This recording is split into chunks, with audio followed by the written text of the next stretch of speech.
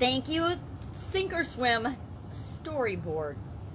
Sharon Horne-Ellstrom here. Welcome to day 1294 of What's She Up To Now, documenting my journey as I transitioned throughout different types of businesses from the online world, onto the online world, transformed to the online world, and then a little bit back and forth in 2021 and beyond. I would imagine that and beyond. I don't ever plan on doing anything super duper short term. I guess my last manufacturing business was like for 35 years I did that. So I guess I like to do long-term things. Corporate America over a quarter century. But what I want to do is just share with you what I'm doing right now with respect to the online world, what I'm doing online in terms of content that I'm creating. Talk about once in a while why I'm doing that, but not today. Today, just going to talk about what I'm doing because it's Sunday and I want to get ready for the week ahead. My amazing 6-year-old granddaughter is coming back for the next couple of weeks before school starts. She had summer school for 2 weeks and I really, really missed her the last couple of weeks. She keeps me going, keeps me young, keeps me actually moving, and causes me to have more structure in my day, believe it or not, than when I don't have her with me. So I only get 2 more weeks of that fun structure, and then it's back to just being me and doing my own thing. So today, our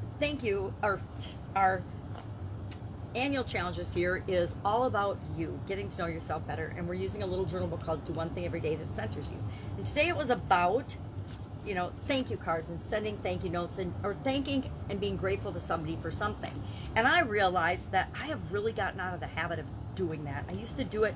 I used to make postcards. I used to make thank you notes and send them to people like on a regular basis. It was just part of my every week routine. Every day I would just automatically shoot off some thank yous or some gratitude to people.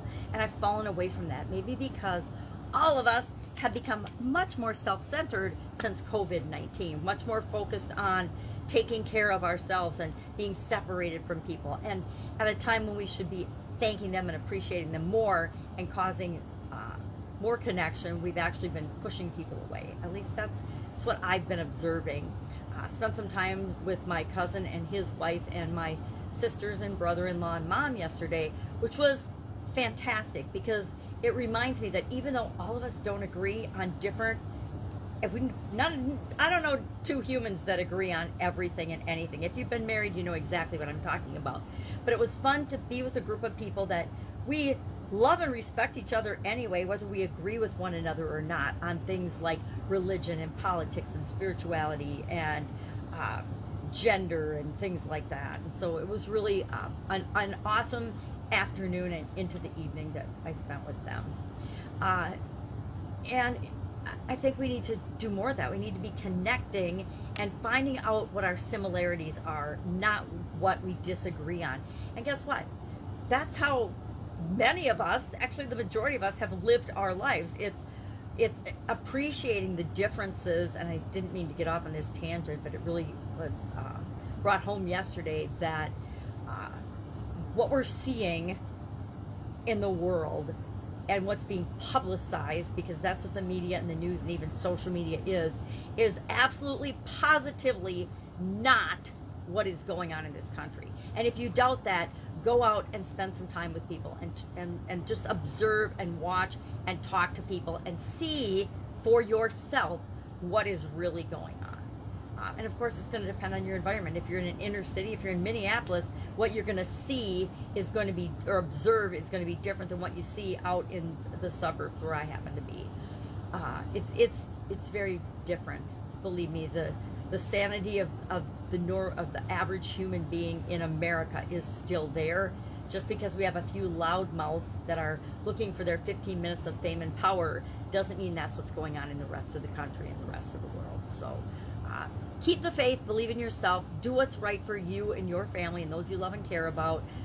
But don't let go of your morals and your values and your beliefs. Hold fast to those things, because there's definitely an evil wave trying to manipulate us, and we don't have to choose to fall for it. We can choose not to participate. That's what I adopted a long time ago. Actually, over 10 years ago, I adopted the philosophy, I choose not to participate in your drama. I choose not to participate in your negativity. I choose not to participate in your false beliefs and your perspective on the world, because it's definitely not mine. So, thank you notes. Remember to get together, thank one another, appreciate each other for what is, not for what you wish was or what isn't, because that's not reality. So often we get sucked into things that are just made up and not reality. I woke up this morning thinking about that and thinking about one thing in particular, and it really, really makes me angry and upset, but I choose not to talk about it because I know it's political, because it's a made-up political thing that would cause a lot of strife. That's not what I'm looking to do. I'm not looking to divide more. I'm looking to create what's right for the people that I serve. So thank people. Our idiom for today was sink or swim, and I of course threw my lifesaver. I had a little lifesaver I threw because I like to throw things in my videos.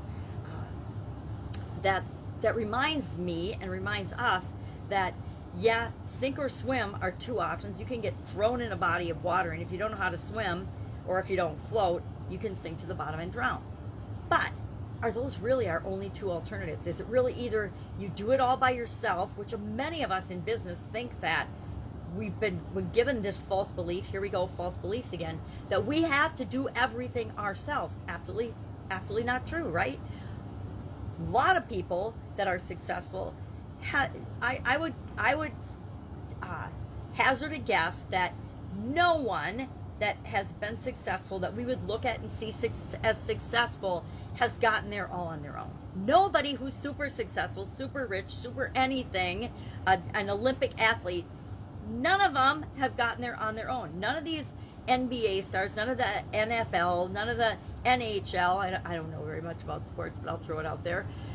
None of these athletes, none of these movie stars, none of these super successful industrialists, manufacturing, any area or aspect or industry where there's the rising stars, none of those people have gotten there all by themselves. So why on earth would we convince ourselves that we should be able to do it all by ourselves?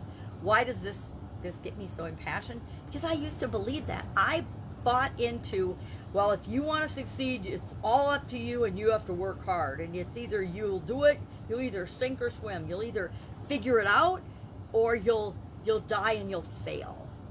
Really? Those are the only two options? I don't think so.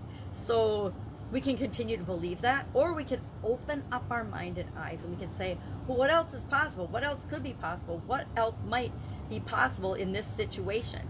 It's like thinking that you've got a problem or a challenge. COVID-19. COVID-19 pops up in your life. Did any of us anticipate or look for that? I'm sure there's some people that did, but I definitely wasn't one of them, and neither were the thousands of people I work with. And no, none of us really had in our contingency plans, well, what if there's a pandemic? I mean, we had, what if there's a flood? What if there's a tornado, what if there's a tsunami? What if there's a hurricane, depending on where you live and where your business is? You have those type of weather acts of God contingencies, but nobody had COVID-19 that I'm aware of, or pandemic in their plan, unless you're in the healthcare industry, which I don't even have very many healthcare industries related businesses and organizations had pandemic in their plans, or plague or something in their plans. Probably very few, since it's been 100 years since we've seen anything like this. And again, not an act of God. I think that we'll find down the road where it really came from and how it really came from and why it really came from, because truth will out. The truth comes out no matter how much corruption and manipulation tries to happen.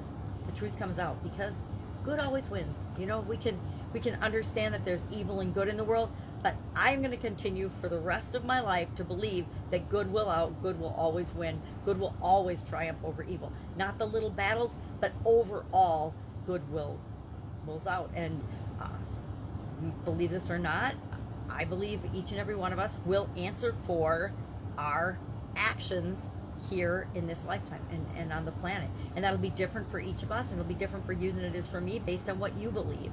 But for sure, if you put evil into the world, you will answer for that evil. If you put good into the world, you will answer for that good.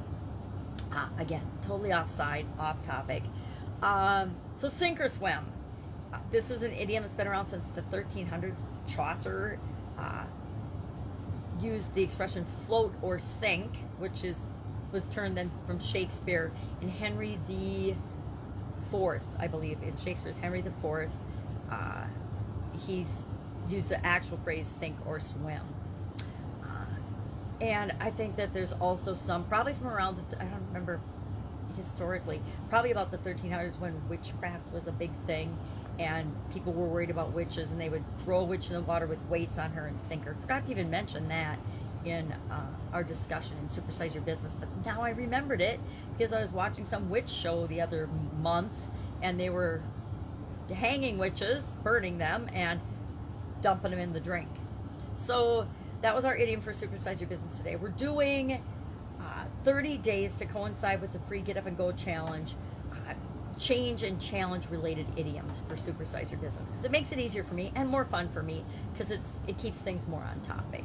And guess what? I don't know anyone in the business world or anybody that knows a business or any business owner that I've ever met or worked with that hasn't felt like they had to sink or swim in certain situations. It's kind of like, well, when have you had to sink or swim in your business? Not did you ever feel this way or has this ever happened to you?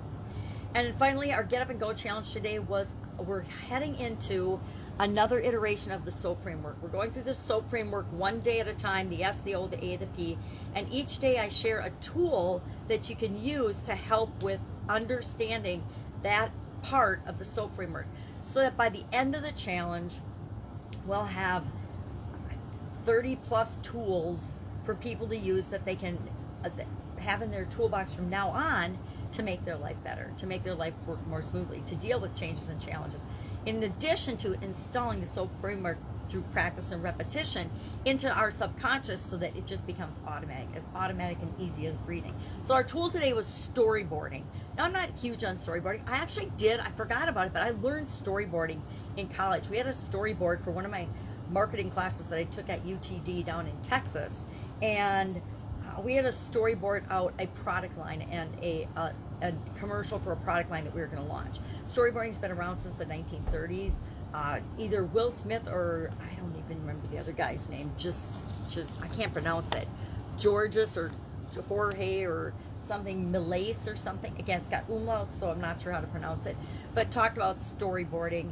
And basically, it's a 4-step process. I actually am reading a book right now where the storyboarding, the transformation process is an 8-step process. But that's a little bit too complicated for what we want to do in the Get Up and Go challenge. We just want to be able to sketch out kind of like a flow chart or what our current situation is and then what we want it to be. Why do we want to sketch it out? We're doing finances. We're going through finances in the SOAP framework. Why do we want to sketch it out? Why do we want to use a tool like storyboarding to identify the gap between where we are and what we want to our story to be? Well, because finances tends to be an extremely emotionally charged area of discussion, and it's really hard for many people to even look at their current situation. You know, we all want to be millionaires or billionaires or gazillionaires, but we're, lost our business during COVID, or we lost our job during COVID, and we're making, a fifth of what we used to make doing something entirely new and different than we were before, or whatever our current story is. So to take some of the emotional charge out of it, we're just going to sketch it out on a napkin or sketch it out on a piece of paper, usually in our little, I always keep my own, and it's different every time. This is a new one. A little journal, a little notebook where I do all my assignments of the challenge. So I do the challenge right along with people. Every time I go through it, I learn something more. I actually just added storyboarding this time through the challenge because I'm like, well, what's a good tool that I've used that I know would work, that I haven't used before, but could help with this situation? So I'm like, okay, well, we're going to add storyboarding. So we added how to do a storyboard, and we're storyboarding for this particular run through the SOAP framework. So those are the 3 big things I'm working on. And again, over the next 2 weeks, my 6-year-old granddaughter is going to be hanging out with me before she goes to big first grade at the end of the month. And I want to spend as much time with her as I can. I think that we need to spend more time with and on the things that are important to us, the people that are important to us, and the things that are really, truly important to us. And when we do that, all the craziness that's going on in the outside world tends to just float away, or we realize that the real impact on us is much less than the doubt, the worry, or the fear of that impact is on us. All right, that's it. That's all I've got today. If I can help you in any way, ask in the comments below. Otherwise, I will be with you tomorrow just to document my journey, share some lessons learned, and things that I'm working on along the way as I transition in and out of the offline and the online world of business. Have a great day.